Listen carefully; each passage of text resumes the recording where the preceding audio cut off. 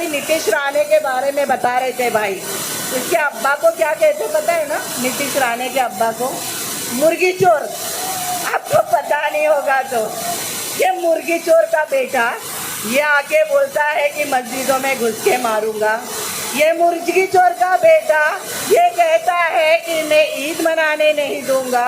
अरे भैया, मुर्गी को चुराते चुराते इतना आगे बढ़ गया है, तेरी औकात है हमारे सामने खड़े रहने की?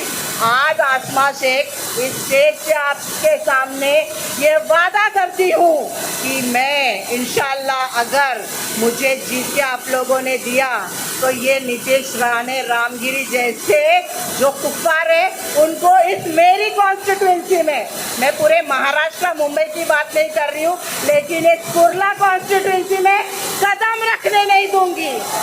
यहाँ से बाहर खदेड़ के भगा दूंगी उसको। ये मुर्गी चोर की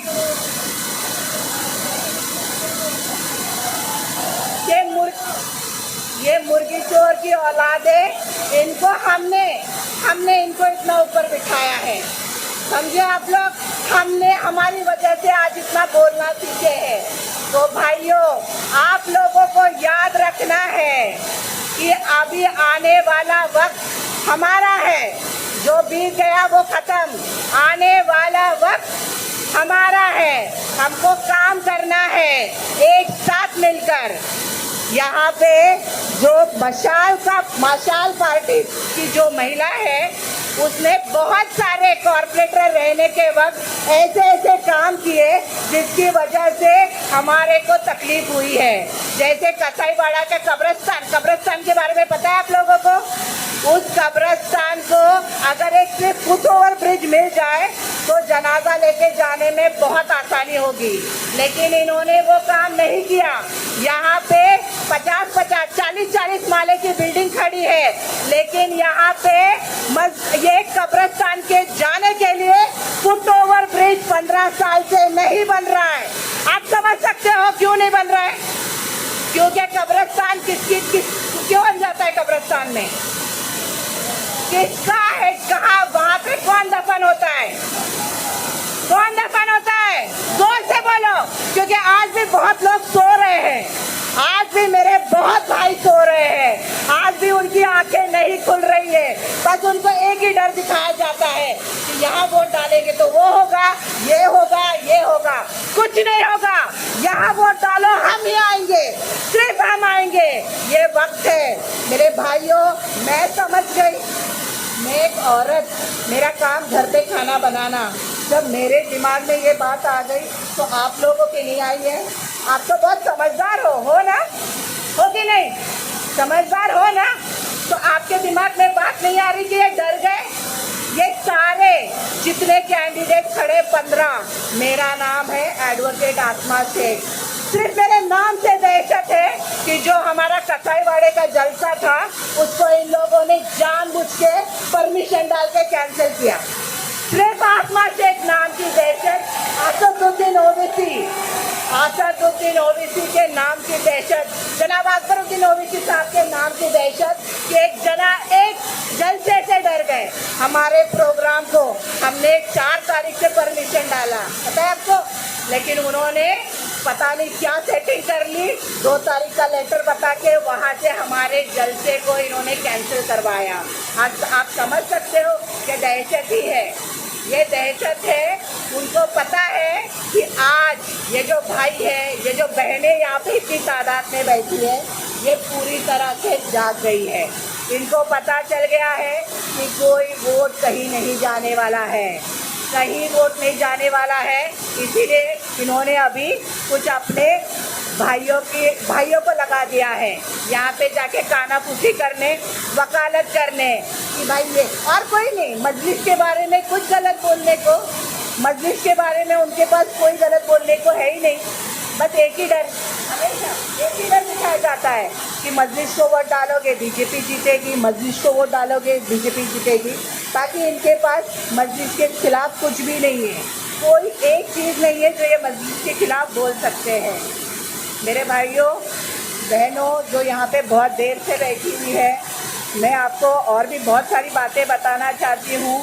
कि मुझे पता है यहाँ पे बीजेपी की तरफ तो हम देखते नहीं हैं, तो उसको उसकी बात करके अपनी ज़बान को ख़राब नहीं करना है, सही है ना। बीजेपी का नाम ले तो जाके फिर से वजू करके आना पड़े, इतना कुफार और इतना गंदगी है, तो उसके बारे में तो छोड़ ही दो। मुझे बताना है कुछ चीज़ें जो मशाल की, मशाल के बारे में पता नहीं अभी क्या एक नैरेटिव सेट कर दिया गया है। ऐसा बताया गया है कि मशाल ही आज सब कुछ कर सकती है माइनॉरिटीज़ के लिए, मशाल ही सब कुछ कर सकती है, लेकिन ये सरासर गलत है। हमने 4 महीने से इन लोगों को देखा है। कोल्हापुर का इंसिडेंट भूल गए? कोल्हापुर जहाँ का एमपी कौन है?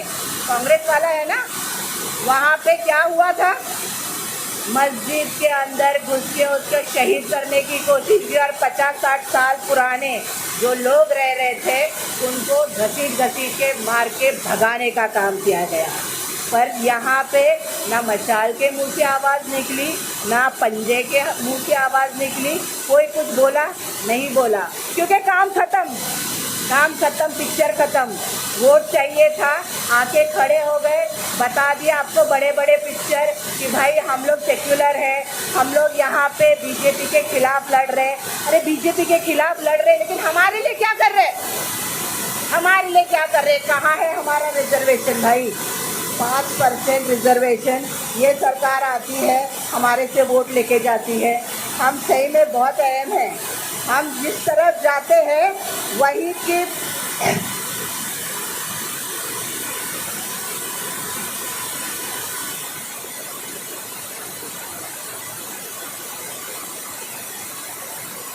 थोड़ा और इंतज़ार कर लीजिए भाइयों, आते ही ये साहब, तब तक मैं अपनी तकरीर बोल दूँ, क्योंकि बहुत हिम्मत लगती है एक महिला को यहाँ पे खड़े रह के कुछ बोलना, आप समझ सकते हैं, तो थोड़ा उसका हौसला बढ़ाइए, थोड़ा प्लीज़ सुनिए।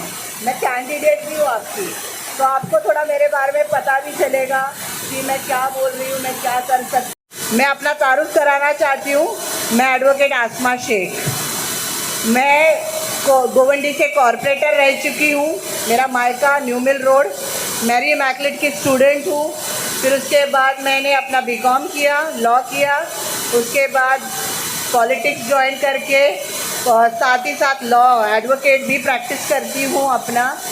और आप लोगों के बीच बहुत ही सोच समझ के, परख के और मुझ पे भरोसा करके हमारी पार्टी मजलिस ने मुझे मौका दिया, मैं उनका शुक्रिया अदा करती हूँ। उन्होंने जो मेरे में भरोसा दिखाया वो मैं आपके साथ कायम रखने की पूरी कोशिश करूँगी। अभी थोड़ी देर में सबका इंतज़ार ख़त्म हो जाएगा, अकबर भाई तशरीफ़ ला चुके हैं, आ रहे हैं, तब तक मैं मुख्तसर में कुछ बातें आपके सामने रखना चाहती हूँ। मैं आपको बता दूँ भाइयों, पिछली बार एमपी का 4 महीने पहले इलेक्शन हुआ, आप सभी को पता है, सारी यादें ताज़ा है, कैसे हम लोगों ने एक तरफा एक इतिहास रच दिया था, जो हम लोगों ने निकल के वोट डाले और जिसकी वजह से ये जो पार्टियां महाविकास आघाड़ी जो अपने आप को कहती है कि हम सेकुलर पार्टी है, हम सबका विकास चाहते हैं, हम सबको साथ लेके जाना चाहते हैं,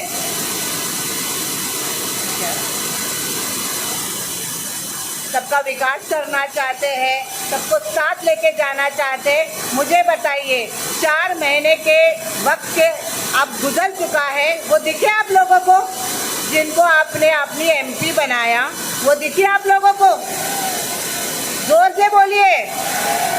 उस एमपी, वो महिला एमपी बनने के बाद 1 महीना पहले धारावी में एक मस्जिद का डिमोलिशन हुआ है, पता है ना? सोशल मीडिया पे तो बहुत चला था ये सब। तब कहाँ गई थी ये महिला? जब वोट लेने की बारी आती है तब ये अपने वोटों का हक समझते हैं, ये समझते हैं कि मुसलमान को सोचना नहीं है, बस हमारा अधिकार है, आओ हमको वोट डालो। अभी यहाँ पे आप देख रहे हैं, एक आपा खड़ी है, मैं, एक ताई है और एक भाई है, सही है ना? वो ताई को यहाँ पे आने का टाइम नहीं है। इससे पहले जो डावरे साहब ने कहा, उनके शौहर बिल्डर हैं, वो मुसलमानों को फ्लैट नहीं देंगे, उनके ऑफिस में मुसलमान महिला जाएगी तो नकाब बाहर उतार के आना। क्यों?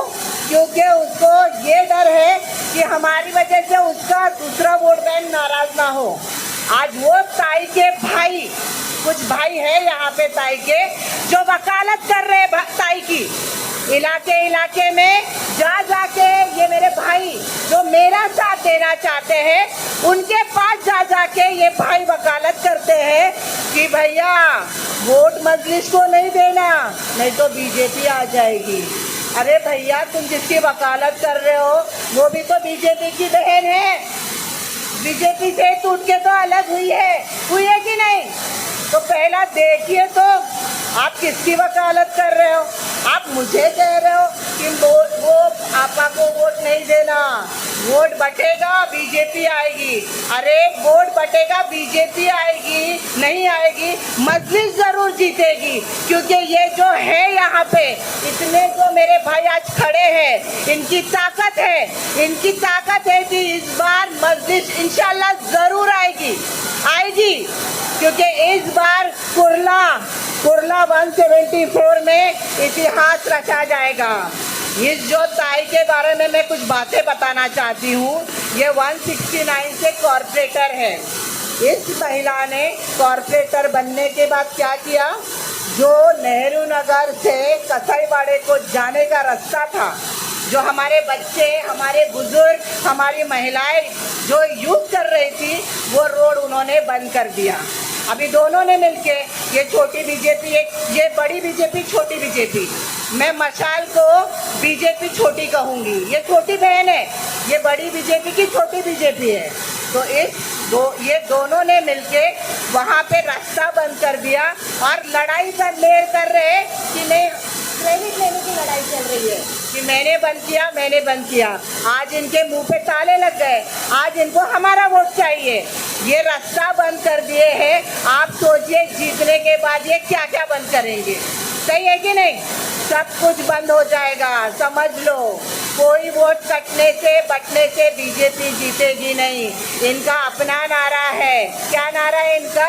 बटोगे तो कटोगे। अरे हम लोग वो लोग हैं जो मानते हैं एकजुट होगे तो जीतोगे, और हम एकजुट हो चुके हैं। आज हमने यहाँ से एक मैसेज दे दिया है। आज हमने पूरे विधानसभा में यहाँ से एक ओपन मैसेज दिया है, एक खुला मैसेज दिया है कि आज हम ना ही बटेंगे ना ही कटेंगे, बल्कि एक होंगे और जीतेंगे।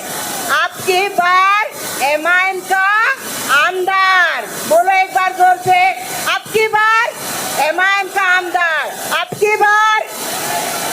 पीछे भाई जरा बोलिए, थोड़ा हौसला बढ़ेगा इस बहन का। बहुत लड़ रही हूँ मैं, आप लोग भाई थोड़ा साथ देंगे, थोड़ा मुझे धक्का देंगे तो इंशाल्लाह ये बहन बहुत मजबूत है। आपकी लड़ाई लड़ने के लिए मेरी आवाज़ हर उस जगह गूंजेगी।